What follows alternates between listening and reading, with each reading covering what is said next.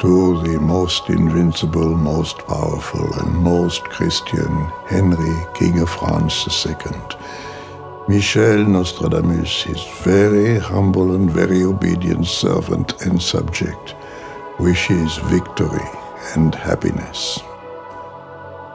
Ever since my long beclouded face first presented itself before the immeasurable deity of your Majesty, O most Christian and most victorious King, I have remained perpetually dazzled by that sovereign sight. I have never ceased to honor and venerate properly that date when I presented myself before a Majesty so singular and so humane. I have searched for some occasion on which to manifest high heart and stout courage, and thereby obtain even greater recognition of your most serene Majesty. But I saw how obviously impossible it was for me to declare myself. While I was seized with this singular desire to be transported suddenly from my long beclouded obscurity to the illuminating presence of the first monarch of the universe, I was also long in doubt as to whom I could dedicate these last 3 centuries of my prophecies, making up the 1000. After having meditated for a long time on an act of such rash audacity, I have ventured to address your Majesty. I have not been daunted like those mentioned by that most grave author Plutarch in his Life of Lycurgus, who was so astounded at the expense of the offerings and gifts brought as sacrifices to the temples of the immortal gods of that age, that they did not dare to present anything at all. Seeing your royal splendor to be accompanied by such an incomparable humanity, I have paid my address to it, and not as to those kings of Persia, whom one could neither stand before nor approach. It is to a most prudent and most wise prince that I have dedicated my nocturnal and prophetic calculations, which are composed rather out of a natural instinct accompanied by a poetic furore than according to the strict rules of poetry. Most of them have been integrated with astronomical calculations corresponding to the years, months, and weeks of the regions, countries, and most of the towns and cities of all Europe, including Africa and part of Asia, where most of all these coming events are to transpire. They are composed in a natural manner. Indeed, someone who would do well to blow his nose may reply that the rhythm is as easy as the sense is difficult. That, O most humane King, is because most of the prophetic quatrains are so ticklish that there is no making way through them, nor is there any interpreting of them. Nevertheless, I wanted to leave a record in writing of the years, towns, cities, and regions in which most of the events will come to pass, even those of the year 1585 and of the year 1606, reckoning from the present time, which is March 14, 1557, and going far beyond to the events which will take place at the beginning of the 7th millenary, when, so far as my profound astronomical calculations and other knowledge have been able to make out, the adversaries of Jesus Christ and his church will begin to multiply greatly. I have calculated and composed all during choice hours of well-disposed days, and as accurately as I could, all when Minerva was free and not unfavorable. I have made computations for events almost as long a period to come as that which has already passed, and by these they will know in all regions what is to happen in the course of time, just as it is written, with nothing superfluous added, although some may say there can be no truth entirely determined concerning the future. It is quite true, sire, that my natural instinct has been inherited from my forebears, who did not believe in predicting, and that this natural instinct has been adjusted and integrated with long calculations. At the same time, I freed my soul, mind, and heart of all care, solicitude, and vexation. All of these prerequisites for presaging I achieved, in part, by means of the brazen tripod. There are some who would attribute to me that which is not mine at all. The eternal God alone, who is the thorough searcher of human hearts, pious, just, and merciful, is the true judge, and it is to him I pray to defend me from the calumny of evil men. These evil ones, in their slanderous way, would likewise want to inquire how all of your most ancient progenitors, the kings of France, have cured the scrofula, how those of other nations have cured the bite of snakes, how those of yet other nations have had a certain instinct for the art of divination, and still others, which would be too long to recite here. Notwithstanding those who cannot contain the malignity of the evil spirit, as time elapses after my death, my writings will have more weight than during my lifetime. Should I, however, have made any errors in my calculation of dates or prove unable to please everybody, I beg that your more than imperial majesty will forgive me.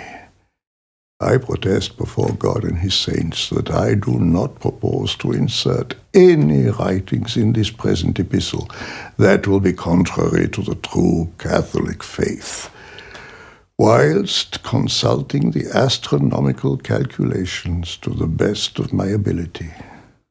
Such is the extent of time past, subject to correction by the most learned judgment, that the first man, Adam, came 1,242 years before Noah, not reckoning by such Gentile calculations as Varro used, but simply by the Holy Scriptures, as best my weak understanding and astronomical calculations can interpret them.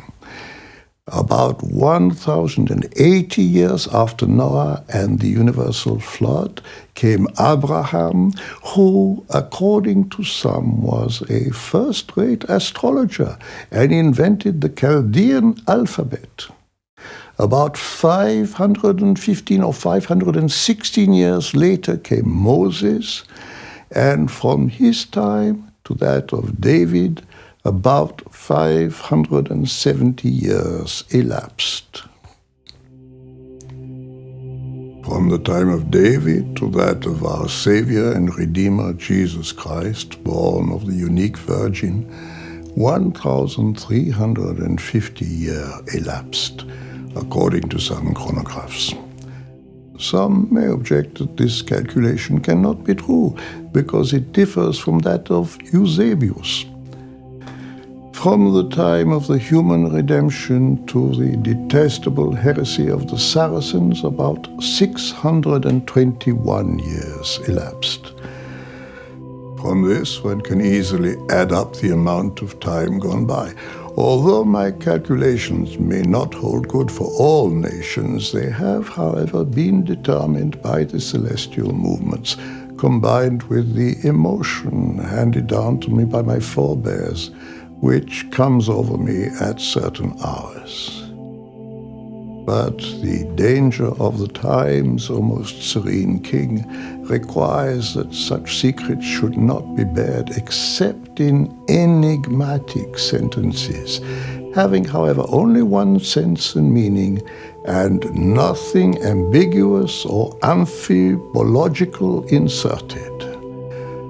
Rather, they are under a cloudy obscurity, with a natural infusion, not unlock the creation of the world according to the calculation and Punic chronicle of Joel.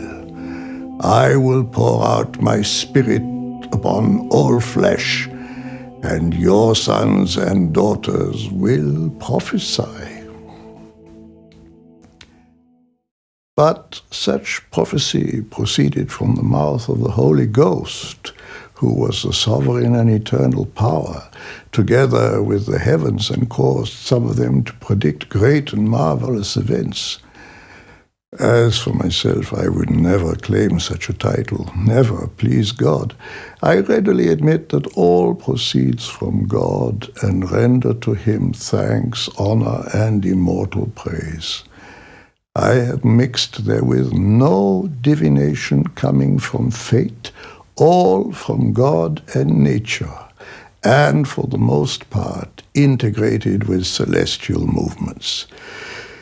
It is much like seeing in a burning mirror, with clouded vision, the great events, sad, prodigious, and calamitous events, that in due time will fall upon the principal worshippers, first upon the temples of God, secondly upon those who, sustained by the earth, approach such decadence.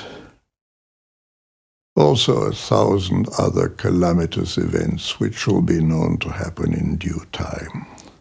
For God will take notice of the long barrenness of the great dame, who thereupon will conceive 2 principal children, but she will be in danger, and the female to whom she will have given birth will also, because of the temerity of the age, be in danger of death in her 18th year, and will be unable to live beyond her 36th year.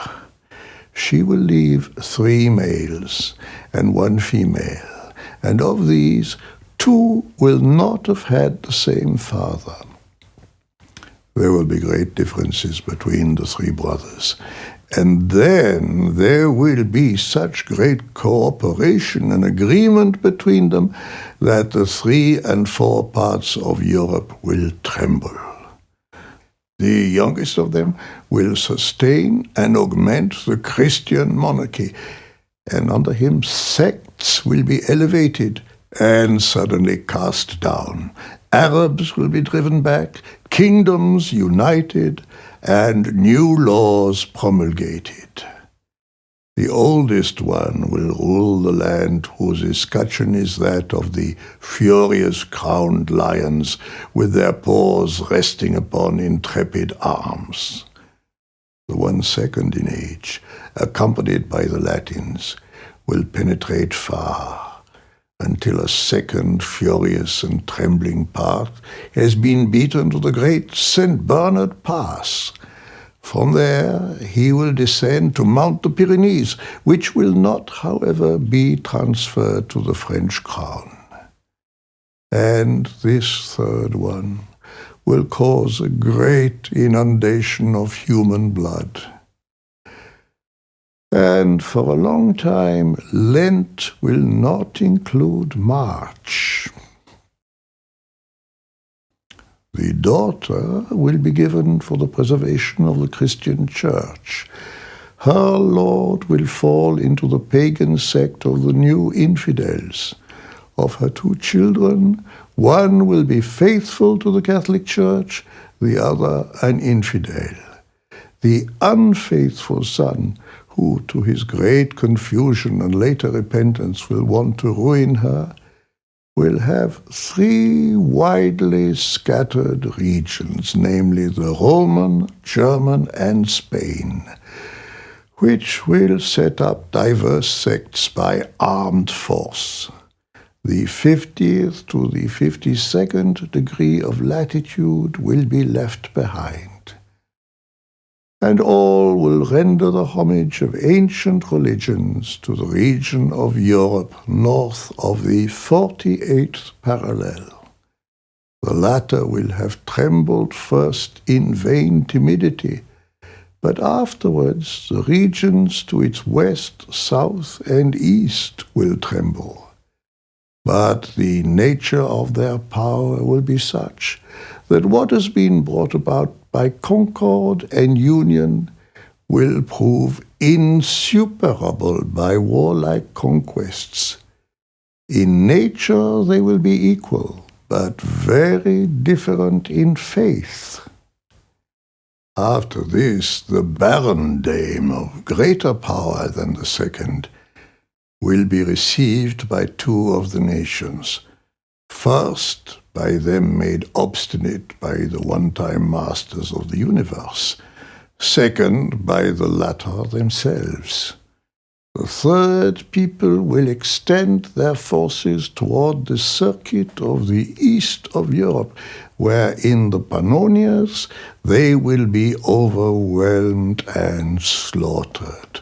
By sea they will extend their Myrmidons and Germans to Adriatic Sicily, but they will succumb wholly, and the barbarian sect will be greatly afflicted and driven out by the Latins. Then the great empire of the Antichrist will begin, where once was Attila's empire, and the new Xerxes will descend with great and countless numbers, so that the coming of the Holy Ghost, proceeding from the 48th degree, will make a transmigration, chasing out the abomination of the Christian Church, and whose reign will be for a time and to the end of time. This will be preceded by a solar eclipse, more dark and gloomy than any since the creation of the world, except that after the death and passion of Jesus Christ. And it will be in the month of October, when the great translation will be made. And it will be such that one will think the gravity of the earth has lost its natural movement, and that it is to be plunged into the abyss of perpetual darkness. In the spring there will be omens, and thereafter extreme changes, reversals of realms, and mighty earthquakes. They will be accompanied by the procreation of the new Babylon, miserable daughter, enlarged by the abomination of the first Holocaust. It will last for only 73 years and 7 months. Then there will issue from the stock which had remained barren for so long, proceeding from the 50th degree, one who will renew the whole Christian Church. A great place will be established with union and concord between some of the children of opposite ideas who have been separated by diverse realms. And such will be the peace that the instigator and promoter of military factions born of the diversity of religions will remain chained to the deepest pit, and the kingdom of the furious one who counterfeits the sage will be united. The countries, towns, cities, realms, and provinces which will have abandoned their old customs to gain liberty, but which will in fact have enthralled themselves even more, will secretly have wearied of their liberty. Faith lost in their perfect religion, they will begin to strike to the left, only to return to the right. Holiness, for a long time overcome, will be replaced in accordance with the earliest writings. Thereafter, the great dog, the biggest of curs, will go forth and destroy all. The same old crimes being perpetrated again. Temples will be set up again as in ancient times, and the priest will be restored to his original position, and he will begin his whoring and luxury, and will commit 1,000 crimes. At the eve of another desolation, when she is atop her most high and sublime dignity, some potentates and warlords will confront her and take away her 2 swords, and leave her only the insignia whose curvature attracts them. The people will make him go to the right and will not wish to submit themselves to those of the opposite extreme, with the hand in acute position, who touch the ground and want to drive spurs into them. And hereupon it is that there is born of a branch long sterile, one who will deliver the people of the world from this benevolent slavery to which they had voluntarily submitted. He will put himself under the protection of Mars, stripping Jupiter of all his honors and dignities, and establish himself in the free city in another scant Mesopotamia. The chief and governor will be cast out from the middle and hung up, ignorant of the conspiracy of one of the conspirators with the second Thrasybulus, who for a long time will have directed all this. Then the impurities and abominations, with a great shame, will be brought out and manifested in the shadows of the veiled light, and will cease towards the end of the change in reign. The chiefs of the church will be backward in the love of God, and several of them will apostatize from the true faith. Of the 3 sects, that which is in the middle, because of its own partisans, will be thrown a little into decadence.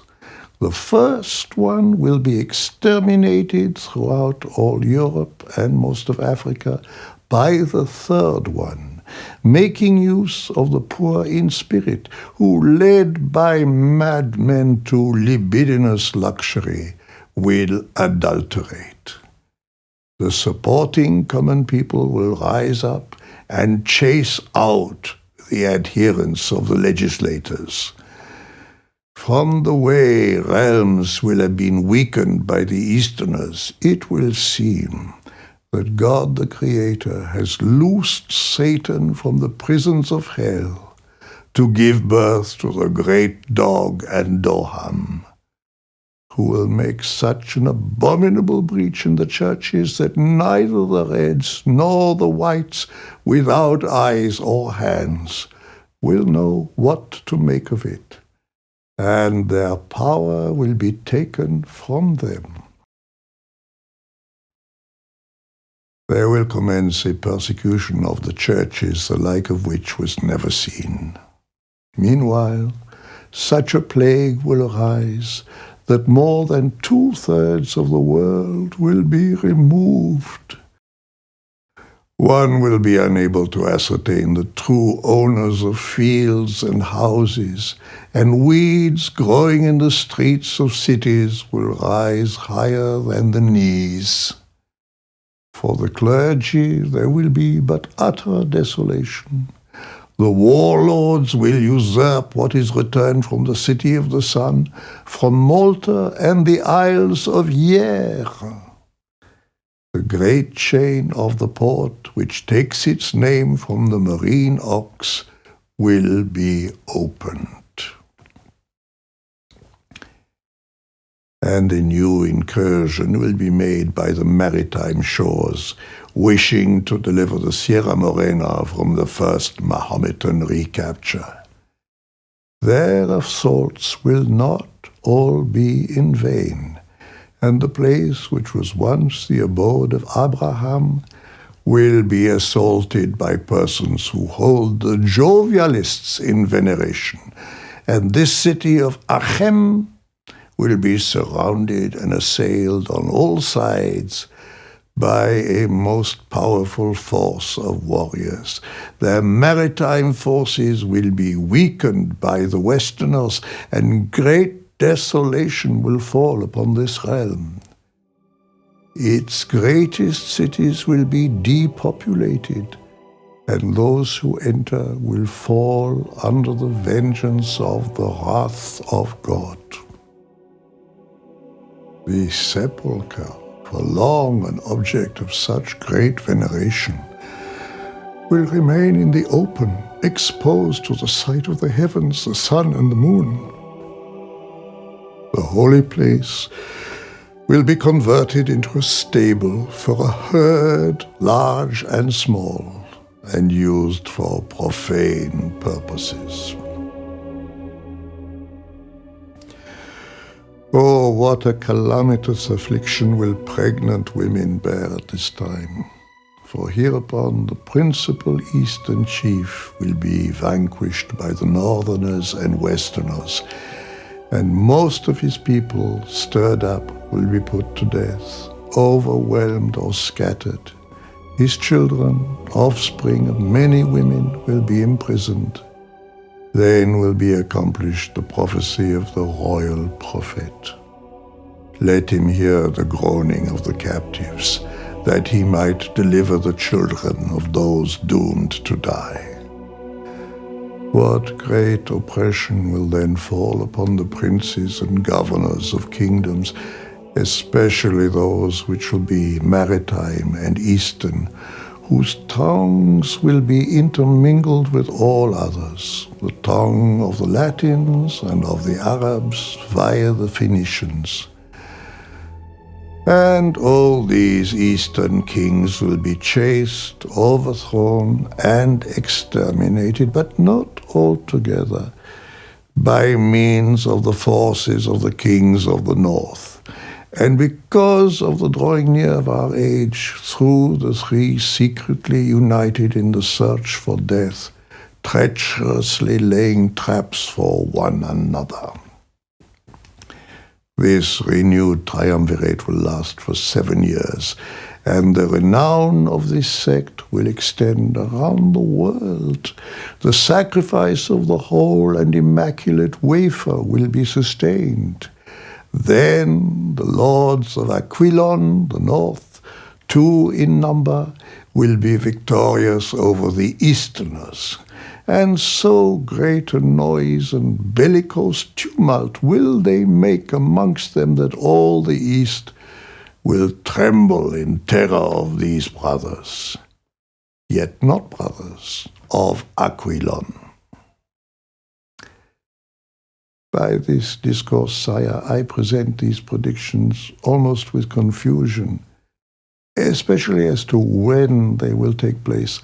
Furthermore, the chronology of time which follows conforms very little, if at all, with that which has already been set forth. Yet it was determined by astronomy and other sources, including Holy Scriptures, and thus could not err. If I had wanted to date each quatrain, I could have done so, but this would not have been agreeable to all, least of all to those interpreting them, and was not to be done until your Majesty granted me full power to do so, lest calumniators be furnished with an opportunity to injure me.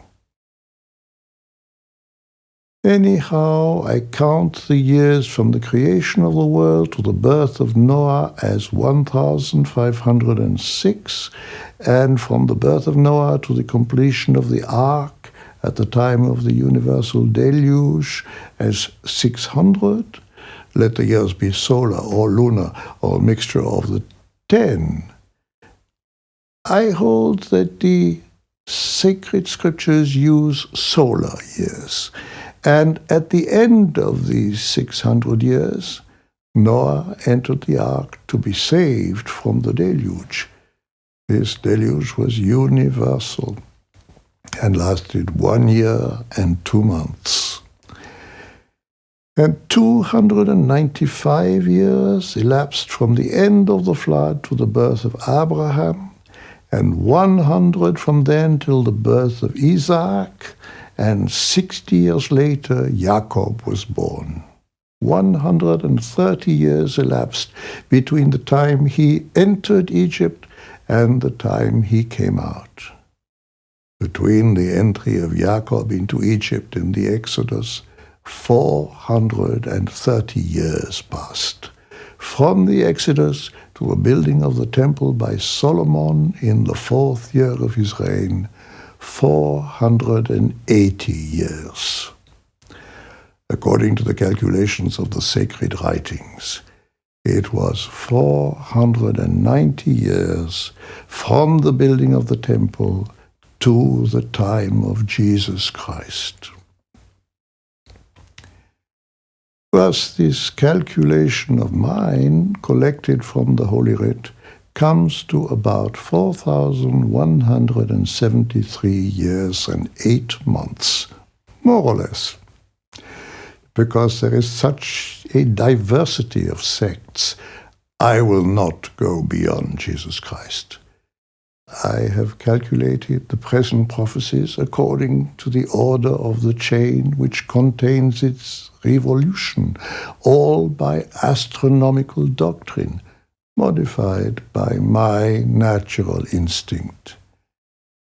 After a while, I found the time when Saturn turns to enter on April 7th till August 25th, Jupiter on June 14th till October 7th, Mars from April 17th to June 22nd, Venus from April 9th to May 22nd, Mercury from February 3rd to February 24th. After that, from June 1st to June 24th, and from September 25th to October 16th, Saturn in Capricorn, Jupiter in Aquarius, Mars in Scorpio, Venus in Pisces, Mercury for a month in Capricorn, Aquarius and Pisces, the Moon in Aquarius, the Dragon's head in Libra, its tail in opposition following a conjunction of Jupiter and Mercury with a quadrature of Mars and Mercury, and the Dragon's head coinciding with a conjunction of the Sun and Jupiter. And the year is without an eclipse, peaceful, but not everywhere. It will mark the commencement of what will long endure. For, beginning with this year, the Christian Church will be persecuted more fiercely than ever it was in Africa, and this will last up to the year 1792, when they will believe to mark a renewal of time. After this, the Roman people will begin to re-establish themselves, chasing away some obscure shadows, and recovering a bit of their ancient glory. But this will not be without great divisions and continual changes. Thereafter, Venice will raise its wings very high in great force and power, not far short of the might of ancient Rome, At that time, the great sails of Byzantium, allied with Ligurians, and through the support and power of Aquilon, the northern realm, will impede them so greatly that the two Cretans will be unable to maintain their faith. The arks built by the warriors of ancient times will accompany them to the waves of Neptune. In the Adriatic, great discord will arise, and that which will have been united will be separated. To a house will be reduced that which was and is a great city, including Pampotamia and Mesopotamia of Europe at 45 and others at 41, 42, and 37 degrees. It will be at this time and in these countries that the infernal power will set the power of its adversaries against the Church of Jesus Christ. This will constitute of the second Antichrist, who will persecute that church and its true vicar by means of the power of three temporal kings who, in their ignorance, will be seduced by tongues which, in the hands of the madman, will cut more than any sword. The said reign of the Antichrist will last only to the death of him who was born at the beginning of the age, and of the other one of Lyon, associated with the elected one of the house of Modena and of Ferrara, maintained by the Adriatic Ligurians and the proximity of Great Sicily. Then the great St. Bernard will be passed. The Gallic Ogmios will be accompanied by so great a number that the empire of his great law will extend very far. For some time thereafter, the blood of the innocent will be shed profusely by the recently elevated guilty ones. Then, because of great floods, the memory of things contained in these instruments will suffer incalculable loss, even letters. This will happen to the Aquilonas, the northern people, by the will of God. Once again, Satan will be bound. Universal peace will be established among men, and the Church of Jesus Christ will be delivered from all tribulations, although the Philistines would like to mix in the honey of malice and their pestilent seduction. This will be near the 7th millenary, when the sanctuary of Jesus Christ will no longer be trodden down by the infidels who come from Aquilon, the north.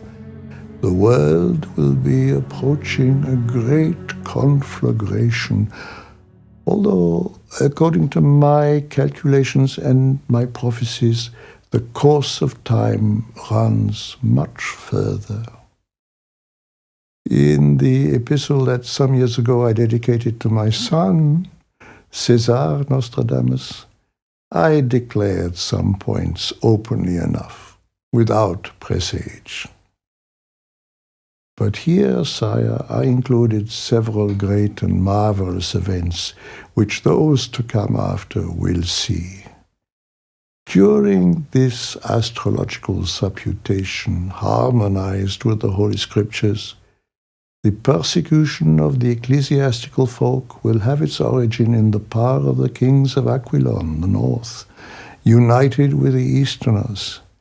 This persecution will last for 11 years, or somewhat less, for then the chief king of Aquilon will fall. Thereupon the same thing will happen in the south, where for the space of 3 years the church people will be persecuted even more fiercely through the apostatic seduction of one who will hold all the absolute power in the church militant. the whole people of God, the observer of his law, will be persecuted fiercely, and such will be their affliction, that the blood of the true ecclesiastics will flow everywhere. One of the horrible temporal kings will be told by his adherents, as the ultimate in praise, that he has shed more of human blood of innocent ecclesiastics than anyone else could have spilled of wine. This king will commit incredible crimes against the church. Human blood will flow in the public streets and temples like water after an impetuous rain, coloring the nearby rivers red with blood. The ocean itself will be reddened by another naval battle, such that one king will say to another, "Naval battles have caused the sea to blush."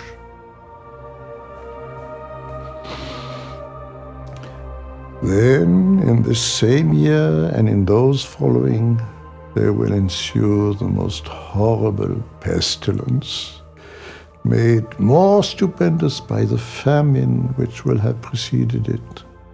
Such great tribulations will never have occurred since the first foundation of the Christian Church. It will cover all Latin regions and will leave traces in some countries of the Spanish. Thereupon the third king of Aquilon, hearing the lament of the people of his principal title, will raise a very mighty army, and, defying the tradition of his predecessors, will put almost everything back in its proper place, and the great vicar of the hood will be put back in his former state, but desolated, and then abandoned by all. He will turn to find the Holy of Holies destroyed by paganism, and the Old and New Testaments thrown out and burned. After that, Antichrist will be the infernal prince again, for the last time. All the kingdoms of Christianity will tremble, even those of the infidels, for the space of 25 years. Wars and battles will be more grievous, and towns, cities, castles, and other edifices will be burned, desolated, and destroyed, with great effusion of vestal blood, violations of married women and widows, and sucking children dashed and broken against the walls of towns.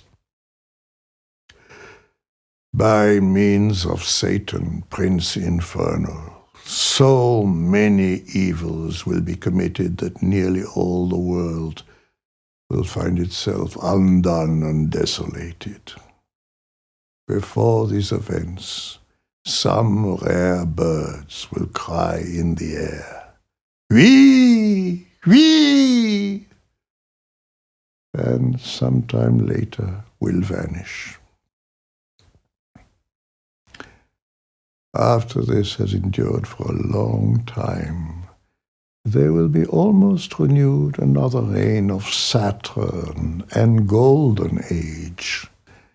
Hearing the affliction of his people, God the Creator will command that Satan be cast into the depths of the bottomless pit and bound there. Then a universal peace will commence between God and man, and Satan will remain bound for around 1,000 years, and then all unbound. All these figures represent the just integration of Holy Scriptures with visible celestial bodies, namely Saturn, Jupiter, Mars, and others conjoined, as can be seen at more length in some of the Quatrains. I would have calculated more profoundly and integrated them even further, most serene king, but for the fact that some given to censure would raise difficulties. Therefore, I withdraw my pen and seek nocturnal repose. Many events most powerful of all kings, of the most astounding sort, are to transpire soon. But I neither could nor would fit them all into this epistle. But in order to comprehend certain horrible facts, a few must be set forth. So great is your grandeur and humanity before men, and your piety before the gods, that you alone seem worthy of the great title of the most Christian king, and to whom the highest authority in all religion should be deferred. But I shall only beseech you, most clement king, by this singular and prudent humanity of yours, to understand rather the desire of my heart and the sovereign wish I have to obey your most serene majesty.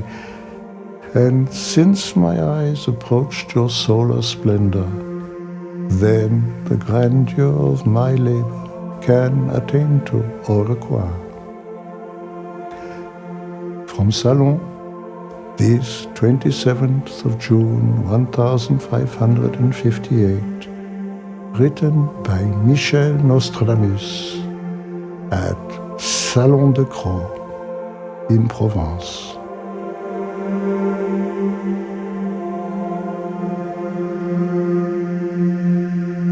Letter to King Henry II of France by Michael Nostradamus.